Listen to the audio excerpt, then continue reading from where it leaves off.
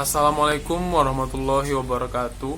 Perkenalkan, nama saya M. Hafiz Al-Fajri, mahasiswa Ilmu Pemerintahan kelas IP 6H dengan NIM 10517537. Di sini saya akan melaksanakan tugas berupa video dengan mata kuliah Tata Kelola Keuangan dengan dosen pengampu Pak Z. Haryanto, SHMH.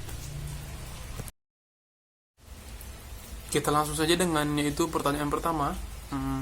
Jelaskan definisi keuangan negara, ruang lingkupnya, dan asas-asas pengelolaan keuangan negara yang dimaksud. Menurut M. Ikhwan, keuangan negara adalah rencana kegiatan secara kuantitatif dengan angka-angka diantaranya diwujudkan dalam jumlah mata uang yang akan dijalankan untuk masa mendatang, lazimnya 1 tahun mendatang. Pengertian keuangan negara menurut Geohart merupakan keseluruhan undang-undang yang ditetapkan secara periodik yang memberikan kekuasaan pemerintah untuk melaksanakan pengeluaran mengenai periode tertentu dan menunjukkan alat pembiayaan yang diperlukan untuk menutup pengeluaran tersebut.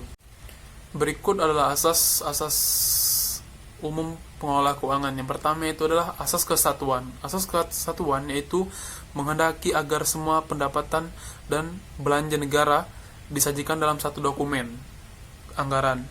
Yang kedua yaitu adalah asas universalitas, yaitu mengharuskan agar setiap transaksi keuangan ditampilkan secara utuh dalam dokumen anggaran.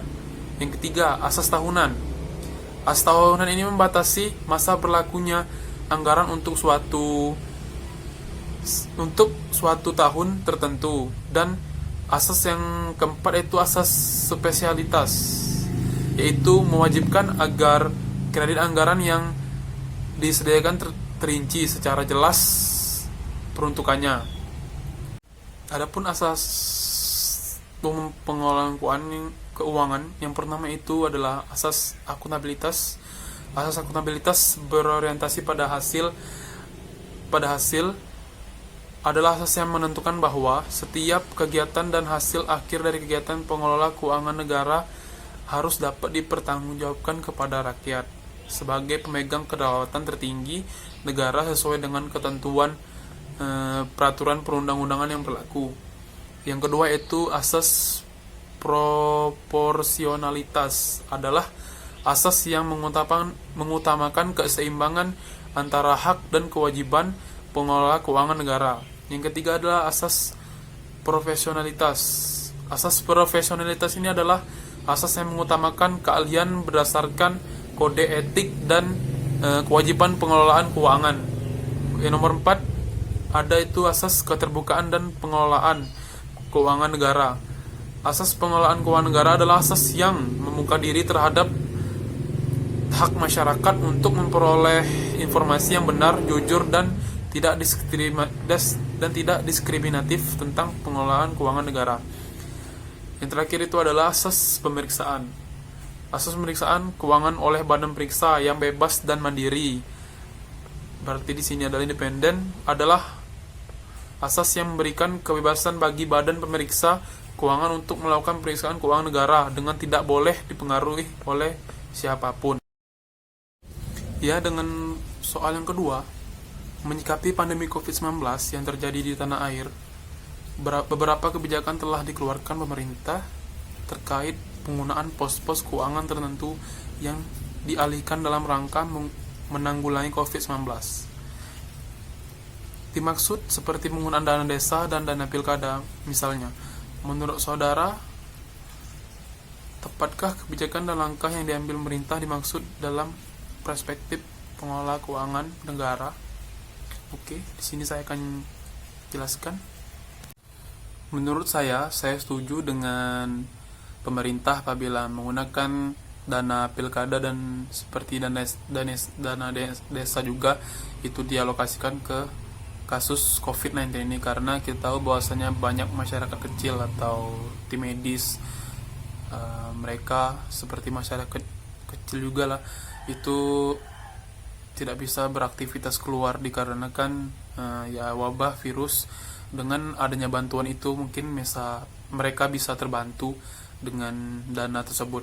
Mengenai hubungan dengan tata kelola keuangan kita, pemerintah dengan ini melaksanakan ketransparannya dalam menganggarkan dana, karena di sini kita juga harus melihat apa saja yang dilakukan pemerintah dalam mengelola keuangannya, dan juga yang pasti dengan adanya musibah ini hutang di negara kita pun bertambah, dan menurut saya pun itu harus menjadi PR juga bagi para pejabat pemerintah bagaimana caranya, karena walaupun seperti itu yang penting juga kemanusiaan, karena kita tahu bahwasanya hutang masih bisa dibayar tapi nyawa tidak bisa dikembalikan lagi, seperti itu. Jadi menurut saya setuju apabila pemerintah mengalokasikan dananya, dana pilkada dan dana desa, dan juga pemerintah harus membuat peraturan baru mengenai pelaksanaan pilkada, karena kita tahu bahwasanya